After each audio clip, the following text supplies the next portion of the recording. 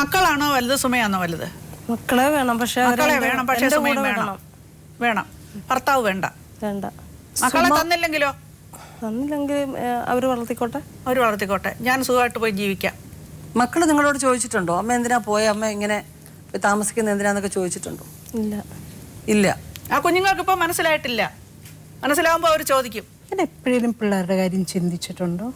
ചിന്തിച്ചിട്ടൊക്കെ ഉണ്ട്. എന്ത് ചെയ്യും പിള്ളേരെന്ത് ചെയ്യും? നിങ്ങൾക്ക് കല്യാണത്തിന് മുൻപ് തന്നെ, നിശ്ചയത്തിന് മുമ്പ്, ഈ കല്യാണം ഉറപ്പിക്കുന്നതിന് മുമ്പ് നിങ്ങൾക്ക് അവരുടെ വീട്ടിൽ ഓടിപ്പോയി അവർ പോകാൻ നിർബന്ധിച്ചിട്ട് നിങ്ങൾ പോകാതെ ഞാൻ പോകത്തില്ല, ഞാൻ ഇവിടെ നിൽക്കുമെന്ന് പറഞ്ഞ് നിങ്ങൾക്ക് അവിടെ നിർബന്ധപൂർവ്വം നിൽക്കാൻ നിങ്ങൾക്ക് ഒത്തു. 5 വർഷം കൊണ്ട് ഞാൻ 2 മക്കളെ കൊണ്ട് ദേവണിച്ച് ജോലി ചെയ്ത് അവത്തുങ്ങളെ പഠിപ്പിച്ചും പിന്നെ 2 മക്കളെ അത്രയ്ക്ക് ഉത്തരവാദിത്തം ഞാനാണ് 2 കുഞ്ഞുങ്ങളെ നോക്കുന്നത് 5 വർഷം കൊണ്ട്. ഇത്ര ഒരടുക്ക് പേപ്പറിനകത്ത് പ്രണയലേഖനം അവർ എഴുതിച്ചിട്ടുണ്ട്. ഭാര്യയും ഭർത്താവും കൂടെ എഴുതുന്ന നടക്ക്.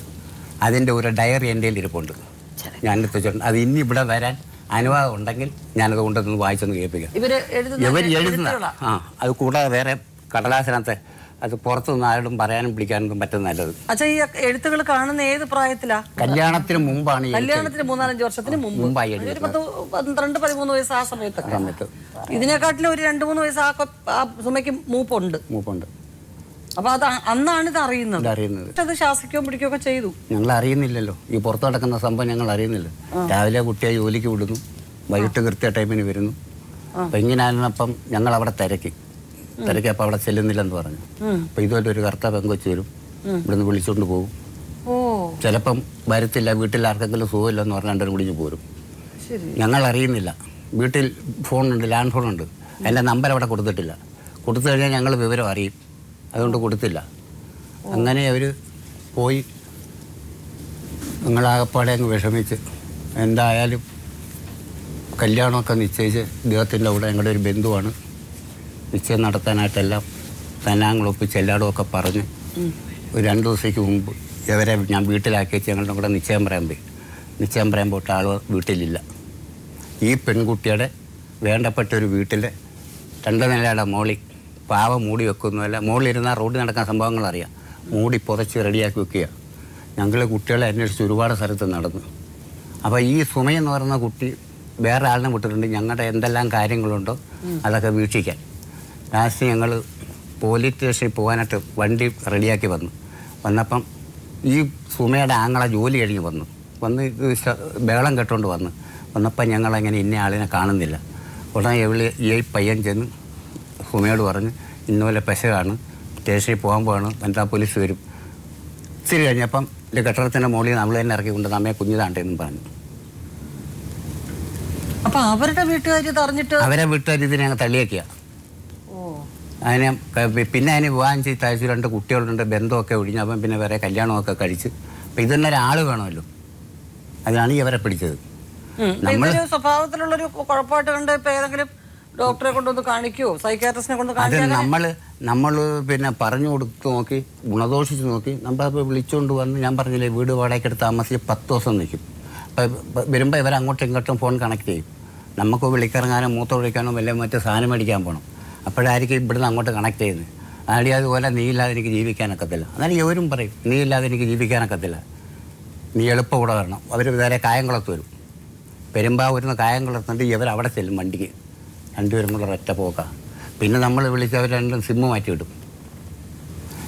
ഇവർ പോയതിന് ശേഷമാണ് എൻ്റെ മൂത്ത കൊച്ചുകൾ പ്രായമാകുന്നത്. അപ്പോൾ അതിന് 17 വയസ്സുണ്ട്. ഒരു കുട്ടി പ്രായമായാലും ഒരമ്മയ്ക്ക് എന്തെല്ലാം കാര്യങ്ങൾ നോക്കണം. ഇതാര് നോക്കും? ആരെ കണ്ടും കൊണ്ട് പോയി? സാപ്പാടില്ലയോ, ഉടുക്കാനില്ലയോ, TV ഇല്ലയോ, ഫാനില്ലയോ, ഫോണില്ലയോ, ഉറങ്ങാൻ സൗകര്യമില്ലയോ, ആര് ശല്യം ചെയ്യുന്നു? എന്തോത്തിൻ്റെ കുഴപ്പം കൊണ്ടുപോയി. ഈ പെൺകുട്ടി +2 പാസ്സായി, നല്ല മാർക്കോടുകൂടി ജയിച്ചു. ഇപ്പോൾ ബികോമിന് കരുനാളിൽ പഠിപ്പിക്കുക, ഞങ്ങൾ പഠിപ്പിക്കുക. ഇതിൻ്റെ ചുമതല ആരേക്കണം? ഇവള് വയറുന്നൊന്ത് പ്രസവിച്ച് ഒരു തള്ളയാണെങ്കിൽ കുട്ടി പ്രസവിച്ച് വരുമ്പോൾ മോളെന്നെങ്കിലും ഒന്നും വിളിക്കത്തില്ല, അത്ര ഹൃദയമൊക്കെ ഉണ്ടോ? അതുകൊണ്ട് ഒരു കാരണവശാലും ഇവളെ കൽത്തുറങ്ങളിൽ അടയ്ക്കുക. ഈ സുമയെന്ന് പറയുന്ന പെണ്ണ് എനിക്കറിയാവുന്നതാണ്, നമ്മളാരും ഉദ്ദേശിക്കുന്ന കക്ഷിയല്ല. അവരുടെ വീട്ടിൽ അവളെ തല്ലിയൊക്കെ എവിടെങ്കിലും പോയി ചാവട്ടെന്നും പറഞ്ഞു. വേറെ ഏതെങ്കിലും ഈ ലോകത്ത് എത്ര ആളുകളുണ്ട്? ഇവളല്ലാതെ ഒരെണ്ണത്തിന് അവരുടെ കൂട്ടിന് കിട്ടിയോ? ഇവളെന്തിനു പോയി? ഞങ്ങളെന്തോ തെറ്റ് ചെയ്ത്? പെരുമ്പാവൂരിൽ നിന്ന് ഞാൻ പിടിച്ചുകൊണ്ടെന്ന് കയ്യും കാലും അടിച്ചു കൊടുത്താൽ ഞാൻ പിന്നെ സ്റ്റേഷനിൽ കയറണ്ടായി. എൻ്റെ ഭാര്യയ്ക്ക് സുഖമില്ല, വയറ്റിൽ മുമ്പ, കുഞ്ഞ് വലിയ താമസമില്ല. എനിക്ക് ആട്ടിൻ്റെ സുഖമുള്ള ആളാണ്. എനിക്ക് കാല് വയ്യ, നടക്കാൻ വയ്യ, തേയ്മാനോ. പിന്നെ ഈ കുഞ്ഞുങ്ങൾക്ക് ആരുണ്ടൊരു സഹായം? ഇദ്ദേഹം രാവിലെ ജോലിക്ക് പോകും, പിള്ളേർക്ക് ട്യൂഷന് പൈസ കൊടുക്കണം, ഇപ്പോൾ പഠിപ്പിക്കുന്നതിന് പൈസ കൊടുക്കണം, ഉടുപ്പ് വേണം, പവാട വേണം, ഡ്രസ്സ് വേണം, ആഹാരം വേണം. ഇതാര് കൊടുക്കും? ഇവളെന്തിനു പോയി? സ്വന്തം തള്ളയും തന്തയും പറയുന്ന കേൾക്കാതെ മറ്റുള്ളവരുടെ എന്തിനു പോയി? ഒരു കാരണവശാലും ഇവളെ കൽത്തുറുങ്കിൽ അടയ്ക്കുക, ഇല്ലെങ്കിൽ ഇവളെ ഞാൻ കൊല്ലും. ഇപ്പം ഞാനിവിടെ വെച്ച് പറഞ്ഞെങ്കിൽ അത്ര വിഷമമുണ്ട്. ഇവർ മരിച്ചു പോയിരുന്ന കുഞ്ഞുങ്ങൾക്ക് ആരുണ്ട്? ഒരു സഹായിയാ. ഇദ്ദേഹം പണിയും കഴിഞ്ഞ് വരണം, കൊച്ചുങ്ങൾക്ക് പോരായ്മകളുണ്ടെങ്കിൽ പറഞ്ഞു കൊടുക്കണം, കാര്യങ്ങൾ നടത്തണം. അതുകൊണ്ട് ബഹുമാനപ്പെട്ട കോടതിയോട് ഞാൻ പറയാം, ഒരു കാരണവശാലും ഇവൾ വീട്ടിൽ വന്ന് താമസിക്കട്ടെ, ഞങ്ങളൊരു ശല്യത്തിനും പോകത്തില്ല. അവർക്ക് എന്തെങ്കിലും കാര്യമുണ്ടെങ്കിൽ ഞങ്ങൾ പറഞ്ഞു കൊടുക്കും, ഞങ്ങളെ സഹായിക്കും. ചോദിച്ചു നോക്ക്, ഞങ്ങളുടെ ഭാഗത്തു നിന്ന് എന്തോ തെറ്റ് വന്ന്, ഇവൻ്റെ ഭാഗത്തു നിന്ന് എന്തോ തെറ്റ് വന്ന്. വീടായാൽ കലവും ചട്ടിയും തട്ടിയും മുട്ടയൊക്കെ നിൽക്കും. പെണ്ണുങ്ങളല്ലേ ചുവയെ കൊണ്ടുവരുന്നത്. അപ്പം ഇവളെ കിട്ടിയതിന് ശേഷം ഒരു ബൈക്ക് കൊടുത്തിട്ടുണ്ട്. ഞാൻ പലപ്പോഴും വിചാരിച്ചിട്ടുണ്ട്, ഇവിടെ ഒരുപാട് പോലീസുകാരുണ്ടല്ലോ, ഇവളുമാരെ ഇവരെ കണ്ടിട്ടില്ലയോ, എവിടാന്ന് പോലും തിരക്കത്തില്ലയോ. അപ്പം ഈ കുഞ്ഞുങ്ങളെ, ഈ 17 വയസ്സുണ്ട് മൂത്തവർക്ക്, ആ പിള്ളേര് ചോദിക്കാറുണ്ടോ അമ്മ എന്തോ? എപ്പോഴും കരച്ചില. ഇളയ ഒരു കുട്ടി, ഒരു ഇത് അറിയാവുന്നതുകൊണ്ട് മോളെത്ര എവിടെ സ്വഭാവം അവക്കറിയാമല്ലോ, എവിടെ സ്വഭാവം മൂത്തവക്കറിയാം. ഒരു ദിവസം 2 പ്രാവശ്യങ്ങളും അവറ്റങ്ങൾ കരയാതെ കിടക്കത്തില്ല. ചോദിക്കാനും പറയാൻ ആളില്ല. എവിടെ സ്വാതന്ത്ര്യമായിട്ടങ്ങ് നടക്കാം, മറ്റുള്ള പറയുന്നത് കേൾക്കാം. അതിന് ഞാൻ തൊഴുത് പറയാണ്, ഒരു കാരണവശാലും ഇവക്ക് നീതി കൊടുക്കാൻ പാടില്ല. ഭർത്താവിൻ്റെ കൂടെ വന്ന് കുഞ്ഞുങ്ങളുമായിട്ട് ഒത്ത് താമസിക്കുക, അതിനുള്ള പ്രോത്സാഹനങ്ങൾ ചെയ്തു കൊടുക്കുക, ഇവനൊരു ബലം കൊടുക്കുക. ഇതേ തളർന്നു പോകും. വേറെ വല്ല ഭർത്താക്കന്മാരായിരുന്നെങ്കിൽ എന്നെ വിട്ടേച്ച് പോയാൽ. നിങ്ങളിതിന് ഈ പറഞ്ഞ കാര്യങ്ങൾക്ക് ഒരു മറുപടി നിങ്ങൾക്ക് പറയാനില്ലേ ശ്രീലതേ? എത്ര പറഞ്ഞു കൊടുത്താലും കേൾക്കത്തില്ല സാറേ. മറ്റുള്ള പറയുന്നത് കേൾക്കും, മറ്റുള്ള പറയുന്നത് കേൾക്കും. അവൾ പറയുന്നത് ഞങ്ങൾ മോശമെന്ന് പറഞ്ഞാൽ ഇവള് മോശമെന്ന് പറയും, നല്ലതെന്ന് പറഞ്ഞാൽ നല്ലതെന്ന് പറയും. സ്വന്തം ഒരു കുഞ്ഞ് നീ വയറുന്നൊന്ന് കരഞ്ഞ് പ്രസവിച്ചവളല്ലേ, അവിടെ മുഖം നീ ഒന്ന് കണ്ടു നോക്കിയാൽ നിന്നെക്കാട്ടി വലിയ ഒരു സൗന്ദര്യമുള്ള ഒരു പെണ്ണ്. ഇനി ഞങ്ങൾ ഇവിടെ വരാൻ സമയമുണ്ടെങ്കിൽ ആ 2 കുട്ടികളെ ഇവിടെ കൊണ്ടുവരും. ഇപ്പോൾ സ്കൂളിൽ പോയതുകൊണ്ടാണ്, അന്നേരമാണ് ഇവിടുന്ന് വന്നത് വരണമെന്ന് പറഞ്ഞ്. അപ്പോൾ അവനെ വിളിക്കാനൊക്കത്തില്ലല്ലോ. ഒന്ന് കണ്ടു നോക്കണം ആ കുട്ടികളെ. ഇല്ല, മൂത്തമ്മക്ക് ഇതിന്റെ കാര്യങ്ങളെ കുറിച്ച് അറിവുള്ളത് കൊണ്ട് അത് മൗനം ക്ഷമയാണ്, അടക്കം ഒതുക്കി വെക്കും. ആരെന്ത് വെച്ചാലും ഒന്നും പുറത്ത് പറയത്തില്ല. ഇളവളതല്ല, അവൾ അതിന് ചുട്ട മറുപടി കൊടുക്കും. അവളുടെ അടുത്ത് ഒരു പണിയും നടക്കത്തില്ല. ഞങ്ങൾക്ക് ഇതേ പറയാനുള്ളൂ. ഇത്രയും നാൾ ഞങ്ങൾ അവരെ പോറ്റി കൊണ്ടുവന്ന്, ഇനി ഞങ്ങൾക്ക് രണ്ടും കൂടെ അതിനൊക്കെ പ്രാപ്തിയില്ല. ശ്രീലത ഒന്ന് ചിന്തിച്ചു നോക്കിക്കേ, നമ്മൾ മക്കൾക്ക് വേണ്ടിയല്ലേ. പല പ്രാവശ്യം താല്പര്യമില്ല. എന്തുകൊണ്ട് എനിക്ക് പ്രത്യേകിച്ച് കാരണമൊന്നും പറയാനില്ല. എനിക്ക് അങ്ങോട്ട് പോകാൻ താല്പര്യമില്ല. മക്കളെ കാണാൻ നോക്കണ്ടേ? അവരെ എനിക്ക് നോക്കണം. ഞാൻ മാഡത്തിനോട് മുമ്പേ പറഞ്ഞില്ലേ, അങ്ങനെയാണെന്നുണ്ടെങ്കിൽ ഞാൻ നോക്കിക്കോളാം. എങ്ങനെ നോക്കും? അല്ലാതെ എനിക്ക് താല്പര്യമില്ല. അല്ല, എങ്ങനെ നോക്കുമെന്നാ പറയുന്ന? അവർക്ക് ആഹാരം വേണം, വസ്ത്രം വേണം, പഠിക്കാനുള്ള ഫീസ് വേണം, എല്ലാം വേണം. ആര് കൊടുക്കും? എന്തോ ജോലി ചെയ്യും?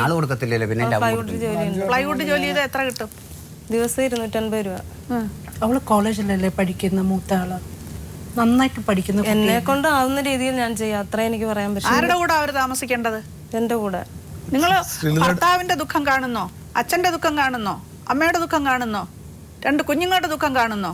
ഇതിനേക്കാളൊക്കെ വലുതാണോ നിങ്ങൾക്ക് മറ്റുള്ളവരുമായിട്ട് ജീവിക്കുന്നതിനുള്ള സുഖം കിട്ടുന്നത്? നമ്മുടെ മക്കൾ വളരുമ്പോൾ നമ്മൾ വേണ്ടേ നോക്കാനായിട്ട്? അപ്പനും അമ്മയും കൂടി ജീവിച്ച് അത് കണ്ടു വളരണം മക്കള്. നമ്മൾ എന്താ പഠിപ്പിച്ച് നമ്മുടെ മക്കളെ? എന്താ പഠിപ്പിക്കാൻ പോകുന്ന? കൂടെ കൊണ്ടുപോയി താമസിപ്പിച്ച എന്തു ചെയ്യും? നിങ്ങളെ പോലെ അവരും തെറ്റാനോ? ഇത്ര നാളെ ജീവിച്ചില്ലേ? ഇനി മക്കൾക്ക് വേണ്ടി എനിക്ക് താല്പര്യമില്ല ഇങ്ങോട്ട് പോവാൻ. ഇവിടെ തിരിച്ചു വന്നിട്ട് നിങ്ങൾ ഭാര്യയും ഭർത്താവായിട്ട് ജീവിക്കണ്ട. നിങ്ങൾ ആ മക്കളെ നോക്കിയാൽ മതി. എനിക്ക് നാട്ടിലോട്ട് പോകാൻ താല്പര്യമില്ല. ആ നാട് മാറിയാലോ? ഇല്ല, എനിക്ക് താല്പര്യം. എന്തുകൊണ്ടാണ് താല്പര്യം ഇല്ലാത്ത വന്നേ? ഇന്നലെ വരെ വന്ന ഒരാളിന് ഇന്ന് എന്തുകൊണ്ട് താല്പര്യം വന്നില്ല? അതിനുള്ള ഉത്തരം പറയണം. ഈ ഇടയ്ക്കും കുറച്ച് നാൾ നിന്നില്ലയോ? ആണ്. അത് താല്പര്യമില്ലായിരുന്നല്ലോ. ഞാൻ ചെയ്ത ഒരു തെറ്റിനില്ലേ അവിടെ നിൽക്കാൻ പറ്റാതെ വന്നേ. അത് എനിക്ക് പുറം ലോകം പോകണം, എനിക്ക് അതാ സുഖം. ഇതല്ല, അങ്ങനാന്നല്ലോ മറ്റേ കൊച്ചുമായിട്ട് കൂടിയത്. അവളൊരു നല്ല കുട്ടിയല്ല. ആ നാട് അല്ല. നിങ്ങൾ കുടുംബമായിട്ട് അദ്ദേഹം രഘുനാഥൻ പിള്ളയുമായിട്ട് അടുത്ത പ്രദേശങ്ങളിൽ എവിടെയെങ്കിലും ഒരു വീടെടുത്ത് മക്കളെ അവിടെ പഠിപ്പിച്ച് നിങ്ങൾ കുടുംബമായിട്ട് അവിടെ താമസിച്ചോളാവോ? വേറെ ഒരു നാട്ടിൽ പോയി ജീവിക്കുക. അതിനും താല്പര്യമില്ല. നിങ്ങളുടെ ടീനേജിലോ അല്ലെങ്കിൽ നിങ്ങളുടെ ആ ചെറുപ്പകാലത്തോ ഒരു ഒരു ഒരു സ്വന്തം ഇതിലോ തോന്നുന്ന ആ കൂട്ടുകാരനായിക്കോട്ടെ കൂട്ടുകാരി ആയിക്കോട്ടെ അങ്ങനെ ചില കാര്യങ്ങളുണ്ടാവും. അതൊക്കെ വിട്ട് നിങ്ങൾ നന്നായിട്ട് ജീവിച്ചു വന്നിരുന്ന ഒരു സ്ത്രീ. മനുഷ്യന് തെറ്റ് സംഭവിക്കാം, പക്ഷേ ആ തെറ്റ് കറക്റ്റ് ചെയ്യാൻ നോക്കണം. ആ കുഞ്ഞുങ്ങളെ കുറിച്ച് നിങ്ങൾ ഒട്ടും പറയിടല്ല എന്നുള്ളത് കൊണ്ട് മാത്രം ഇത് സംസാരിക്കുന്നു. അല്ല, 13 വർഷം കൂടി ജീവിച്ചതാണ്, അത് കഴിഞ്ഞിട്ട് വരുന്ന മാറ്റം. ഇപ്പൊ ഇതിൽ എന്ത് തീരുമാനം എടുക്കാൻ പറ്റും മേഡം? ഈ കുട്ടികളെ ഒരു കാലത്തും അവർ കൊടുക്കാൻ തയ്യാറല്ല. കൊടുക്കുന്നത് ശരിയല്ല. ശരിയല്ല, ഇവര് ബന്ധം വേർപെടുത്തിയിട്ടില്ല. കൊടുത്തു കഴിഞ്ഞാൽ എന്ത് ചെയ്യും? മറ്റവള് നമ്മൾ ഉദ്ദേശിക്കുന്ന കക്ഷിയല്ല. പിന്നെ ഇവര് രണ്ടും പ്രായപൂർത്തിയായ മനുഷ്യരാ. ഒന്നിച്ച് ജീവിക്കുന്നതിന് ഇവിടെ നിയമം തടസ്സമല്ല. അതെ, അതുകൊണ്ട് നമുക്ക് നിയമപരമായിട്ടൊന്നും ഉപദേശിച്ചു കൊടുക്കാനില്ല. നിയമപരമായിട്ട് ബന്ധം വേർപെടുത്താൻ എങ്ങനെയാണെന്നുള്ള മാർഗം തുടർന്ന് കൊണ്ടുപോകാൻ താല്പര്യമില്ലെങ്കിൽ നമുക്ക് ഡൈവേഴ്സ് ഓപ്പി ഫാമിലി കോടതി കൊടുക്കാം. നിങ്ങൾ കരുനാഗപ്പള്ളിയില് ചവറ കോടതിയിൽ കൊടുക്കാം. എവിടെ വെച്ചായിരുന്നു കല്യാണം? കല്യാണം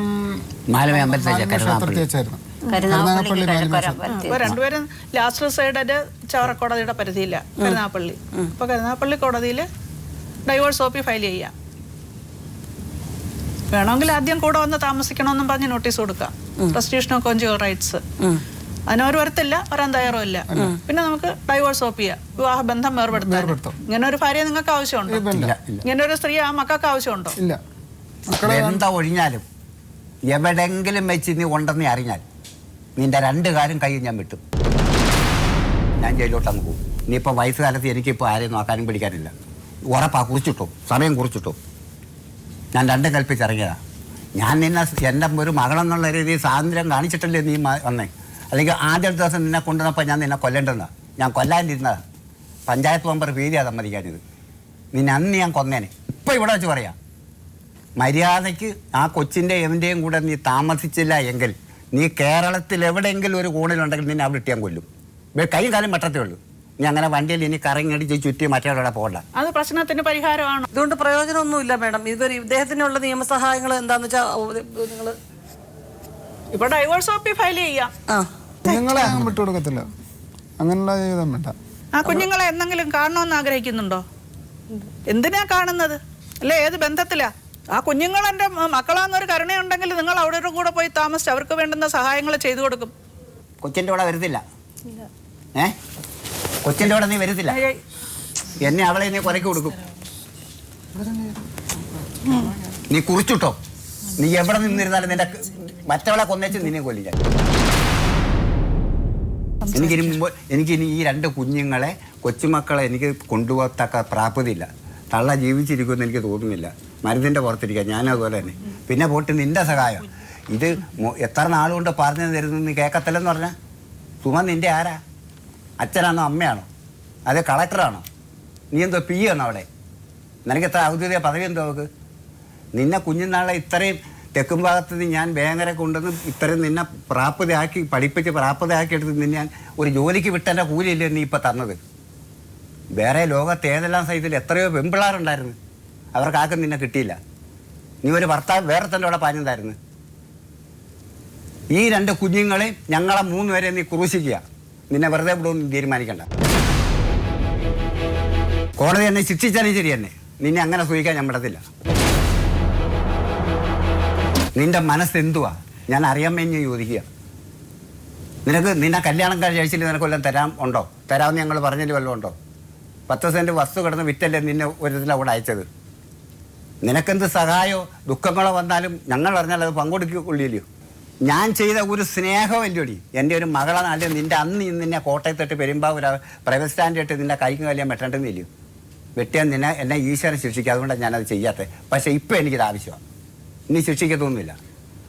ഒരാളെ കൊല്ലാനും ഉപദ്രവിക്കാനുള്ള അവകാശമൊന്നും മറ്റാർക്കും ഇല്ല. അത് ചെയ്തിരിക്കും. ഏതായാലും ഞാനും നീയും പറയുന്നത് നീ കേൾക്കത്തില്ലല്ലോ. നീ സുമ പറയുന്നതിലേക്ക് നീ അങ്ങനെ നീ അവിടെ ഇനി നിന്നെ ഇനി അമ്മയിടത്തില്ല. ഇനി എൻ്റെ മോളല്ല. ഇന്നിപ്പം ഇവിടെ വെച്ച് ഇത്രയും കാര്യങ്ങൾ ഇവിടെ പറഞ്ഞ് എന്നിട്ട് നീ ഇത് കേട്ടില്ലല്ലോ. കേട്ടോ? നീ 2 പിള്ളേരെ പ്രസവിച്ച് ഒരു നേരമെങ്കിലും ഉമ്മ കൊടുത്തിട്ടുണ്ടെങ്കിൽ നീ ഇപ്പം ഈ വർത്താനം ഇവിടെ പറയുമോ? എന്തുവാ നിൻ്റെ ഹൃദയം? എന്തുവാ നിൻ്റെ മനസ്സ്? നിനക്ക് വേണ്ടിയിട്ട് എത്ര രൂപ ഞങ്ങൾ മുടക്കി? കാറ്റ് നീ പറപ്പിച്ച് കളഞ്ഞില്ലയോ? നീ അവളോട്ടുള്ള ബന്ധത്തിൻ്റെ കാര്യം പറ. എന്തുവാ നിങ്ങൾ കരുനാഗപ്പള്ളി സ്റ്റേഷനിൽ വക്കീലന്മാർ, അവിടുത്തെ പിന്നെ വനിതാ പോലീസ്, അവിടുത്തെ SI, ഞാൻ, പഞ്ചായത്ത് മെമ്പർ, എൻ്റെ അനിയൻ, ഇവരെല്ലാം കൂടി ഇരുന്ന് എന്തെല്ലാം കാര്യങ്ങൾ നടത്തി. അതിലൊന്നും നീ കേട്ടില്ല. അങ്ങനെ നീ പോയി. നിന്നെ വളർത്തി ഇത്രയും പ്രായമാക്കിയതിന് ശേഷമല്ലേ നീ മറ്റവളോടെ പോയത്. അവൾ സുഖമായിട്ട് ജീവിക്കുന്നു, ഞങ്ങൾ കഷ്ടപ്പെട്ട് ജീവിക്കുന്നു. ഒരു പെറ്റോളത്തെ തന്തയും തള്ളയും പിന്നെ പറയുന്നത് കേട്ടില്ല എങ്കിൽ ഞങ്ങൾ പിന്നെ ചെയ്ത ആ സ്നേഹവും ഞങ്ങൾ പറഞ്ഞു കഴിഞ്ഞു സാർ. ഞങ്ങൾക്ക് പറയാവുന്നതിന്റെ പരമാവധി പറഞ്ഞു കഴിഞ്ഞു. പക്ഷെ അവർ തീരുമാനിച്ചുകൊണ്ട് വന്നിരിക്കുകയാണ്. നമ്മൾ ഈ പറയുന്നതൊന്നും അവരുടെ ചെവിയിലോട്ട് കയറുന്നതേ ഇല്ല. അതൊന്നും കേൾക്കുന്നത്, അത് കേൾക്കുന്ന ഒരു അവസരം ഒരിക്കലും വരും. അപ്പുറത്ത് ഒരു 4-5 വീടിൻ്റെ വ്യത്യാസമുള്ളൂ, ഇദ്ദേഹത്തിൻ്റെ വീടും എൻ്റെ വീടുമായിട്ട്. അവർ എന്താവശ്യപ്പെട്ടാലും ഞങ്ങൾ ചെയ്തുകൊണ്ടിരിക്കുകയാണ്.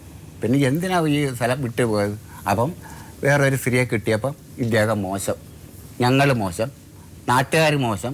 ഈ എന്നെക്കുറിച്ച് മോശം പറയാൻ വന്ന എന്താ? എൻ്റെ കയ്യിലിരിപ്പുണ്ടല്ലേ, അത് എന്തുകൊണ്ട് ആദ്യം മനസ്സിലാക്കിയില്ല? അവരെ അവിടെ ജീവിച്ച് നന്നായിട്ട് അവരെ കാണിച്ചു കൊടുക്കണ്ടായി.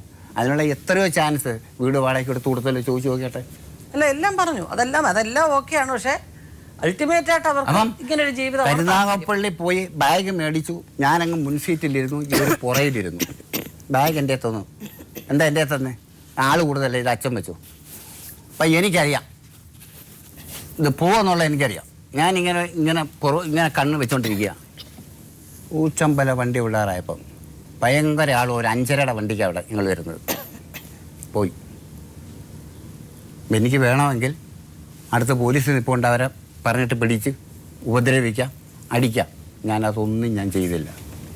എന്താ ചെയ്യാത്തത്? എൻ്റെ മകൾ സ്വന്തം തന്ത ഉപദ്രവിക്കേണ്ടല്ല, ശിക്ഷ ഞാൻ കാണുമല്ലോ. അങ്ങനൊരു മനസാക്ഷി ഞാൻ ചെയ്തതിൻ്റെ പേരിൽ ഇപ്പം ഇവിടെ വന്നിരിക്കുന്നു. ഞാൻ അന്ന് ആദ്യം പിടിച്ചുകൊണ്ടുവന്നപ്പോഴേക്ക് ശിക്ഷ കൊടുത്തിരുന്നെങ്കിൽ ഒരു കാലം കുടിച്ചാൽ മതി. ശ്രീലത ഭർത്താവിനോടുകൂടി വന്ന് താമസിക്കണമെന്ന് ഡയറക്റ്റ് ചെയ്യാൻ നമുക്ക് അധികാരമില്ല. അവർ മറ്റ് സുമയുമായിട്ട് താമസിക്കുന്നതിനോടും ഒന്നും ചെയ്യാനേ പറ്റത്തില്ല. എന്നുവെച്ചാൽ 2 പ്രായപൂർത്തിയായ വ്യക്തികളാണ്, അവർക്ക് ഇഷ്ടം പോലെ ജീവിക്കാനുള്ള അവകാശം നമ്മുടെ രാജ്യത്തുണ്ട്. അതുകൊണ്ട് അവർ ഒന്നിച്ച് താമസിക്കാൻ പാടില്ല എന്നൊന്നും നമുക്ക് പറയാൻ പറ്റുന്നില്ല. പിന്നെ ഈ കുട്ടികളെ ഉപേക്ഷിച്ച് പോയി എന്നുള്ളതിന്റെ പേരിൽ ഒരു പരാതിയായിട്ട് അങ്ങനെ കൊടുക്കണോ? അല്ല, അങ്ങനെ കുട്ടികൾ നമ്മുടെ കൂടെ ഉണ്ടല്ലോ. അല്ല, കുട്ടികളുടെ ചെലവോ ചെലവിനെ ചോദിക്കാം അവരുടെ അടുത്ത്. എന്ന് വെച്ചാൽ അച്ഛനും അമ്മയും കുഞ്ഞുങ്ങളെ ചെലവിന് കൊടുത്ത് സംരക്ഷിക്കാൻ ബാധ്യതയുണ്ട്. ഇത് പെൺകുട്ടികളെ അവരുടെ കല്യാണം വരെ, കല്യാണം നടത്തുന്നത് വരെയുള്ള കല്യാണത്തിന്റെ ചെലവ് ഉൾപ്പെടെയുള്ള ചെലവുകൾ അച്ഛനും അമ്മയും കൊടുക്കാൻ ബാധ്യസ്ഥ. ഇവരുടെ പേരിൽ വസ്തുക്കളും വല്ലതും ഉണ്ടോ? ഒന്നുമില്ല.